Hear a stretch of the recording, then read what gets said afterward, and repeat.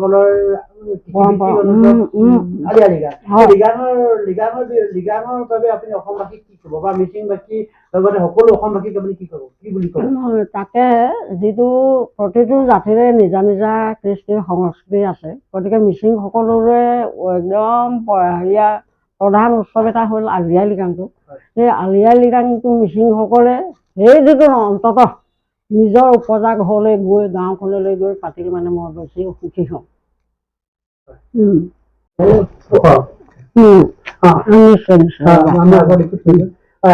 লিগানৰ কাৰণে আপুনি ক'লে ইতিমধ্যে আমি ভাল পাইছোঁ যে প্ৰতিজন মানুহে অন্ততঃ সেই দিনটো নিজৰ ঘৰলৈ নিজৰ ককাই ভাই ককাইখিনিৰ লগত একেলগে উদযাপন কৰক, আমিও আশা ৰাখিম।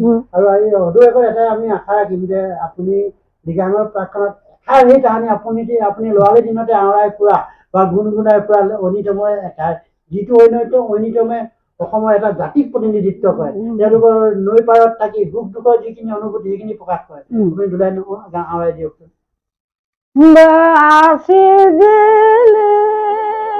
Gitu bone gitu jikongkin mapen adi asibidu bone gitu jikongkin mapena ngolul asinayang mising agom kina mengol gang agom lunggu bone bele doi adune ligoi nangoi ligo pena mising nolu ngoke asin odu bone ligoi nangoi sinopoi এই লিগাঙৰ খনত আপোনালোকে তাৰমানে মিচিং সমাজলৈ অনুৰোধ জনাইছোঁ মই